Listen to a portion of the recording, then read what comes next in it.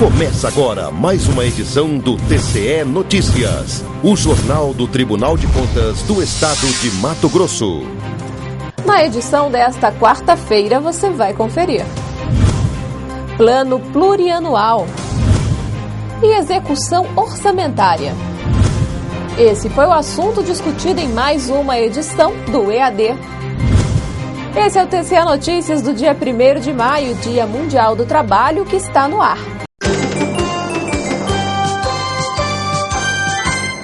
Olá, tudo bem? Plano Plurianual e execução orçamentária. Esse foi o tema discutido na 24ª aula-palestra do projeto de ensino à distância do Tribunal de Contas do Estado de Mato Grosso, o EAD, e o palestrante convidado foi o professor Sérgio Jundi. Quando nós conhecemos o histórico, fica mais fácil entendermos a lógica atual e, principalmente, sabemos como nos posicionar frente aos desafios que encontramos aí no nosso dia a dia na administração pública. Então, ali é um breve histórico do início, né, da recente administração pública, aí, 100 anos, mas que nós vamos ver aí no máximo em 10 minutos. Então, se nós fizermos uma análise retrospectiva da administração pública brasileira, um histórico dessa administração pública, e dividirmos por intervalo de tempo, nós vamos perceber que a administração pública ela passa por 3 momentos. Um momento inicial, em que não existia uma doutrina de administração pública, uma tecnologia de gestão e, consequentemente, os instrumentos que nós estamos trabalhando, que é o PPA, a LDO, o orçamento, nesse período não existia isso. Sequer existia servidor público efetivo ou concursado, e, logicamente, a qualidade da mão de obra no público não se comparava e não tem como se comparar com a realidade atual que nós vivemos, que é o período patrimonialista. Num segundo momento, surge uma tentativa e efetiva reforma desse modelo de administração pública, dando origem a um outro período da gestão pública, que é a administração chamada burocrática, e um terceiro momento, que é o momento recente e atual que nós estamos vivenciando, que é a chamada administração pública gerencial. Nessa reta que nós observamos no slide, na transparência ou ali na projeção, nós vamos perceber que temos um período, uma cronologia, e nessa cronologia nós vamos analisando que a cada 30 anos, em média, há uma mudança na forma de pensar e de agir na administração pública brasileira do ponto de vista da sua gestão. Esses 3 momentos guardam em si características próprias, sendo que essas características elas são acumulativas. Nós vamos perceber o seguinte: algumas pessoas, alguns gestores, alguns líderes políticos percorreram e ainda estão no poder ao longo dessas 3 formas de gestão.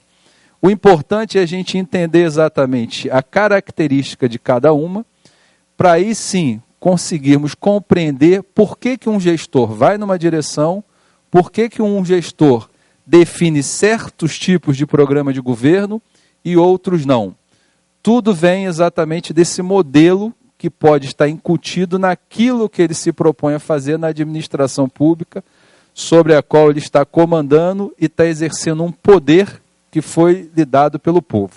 Então, o modelo patrimonialista, que é o fim de tudo, isso que nós estamos trabalhando e evoluindo, ela tem as seguintes características. Então, como começou a administração pública no Brasil? Período histórico recente, e aí eu digo aí 100 anos atrás.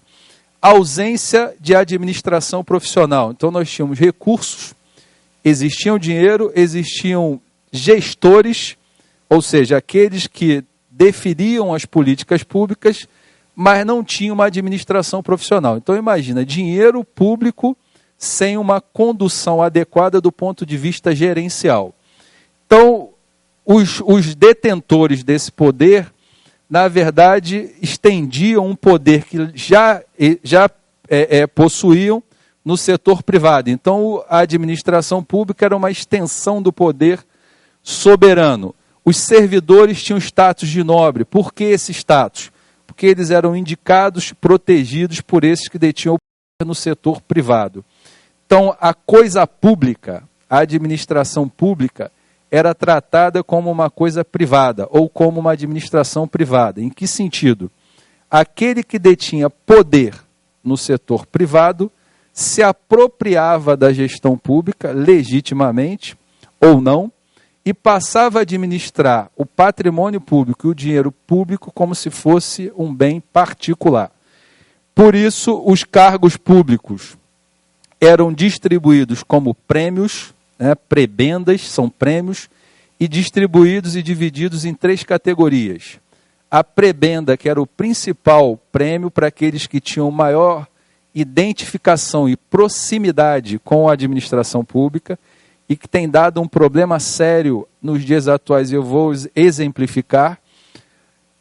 A principal prebenda que era distribuída eram os cartórios, os tabeliães. Então, para você ter o direito de dar fé pública no documento privado, ou ser um tabelião, o titular de cartório, bastava o conhecimento de alguém que lhe tinha o poder, ou que detinha o poder de te nomear como tabelião.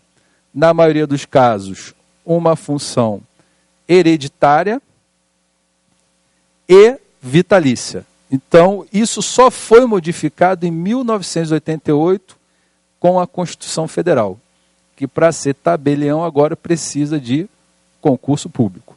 Mas nós temos ainda muito daquele período que tem cargos aí vitalícios e outros hereditários, que é uma questão difícil ainda de conseguir mudar e que tem sido alvo de uma série de críticas e tentativas de mudança, aí, inclusive no Poder Judiciário. O segundo modelo de distribuição de cargos eram as chamadas sinecuras. O que era a sinecura? A pessoa tinha o cargo público, não precisava trabalhar e recebia o salário. Mas não era algo à margem da lei, era algo normal. Então, era um status ter uma sinecura. Então, qual era a sua função na administração pública? Eu tenho uma sinecura. Eu tenho um cargo, recebo um salário, mas não preciso ir lá. E uma terceira categoria que tinha que efetivamente trabalhar, que eram aqueles que tinham o cargo e precisavam fazer a coisa funcionar. Então, não havia uma diferença entre a coisa pública, a res pública, o patrimônio público, em relação à res privada. Então, a administração privada. Havia uma mistura do público com o privado. Quem tinha poder no setor privado se apropriava da administração pública e, por consequência, corrupção, nepotismo, protecionismo e várias outras coisas que vêm na origem cultural e histórica da administração brasileira.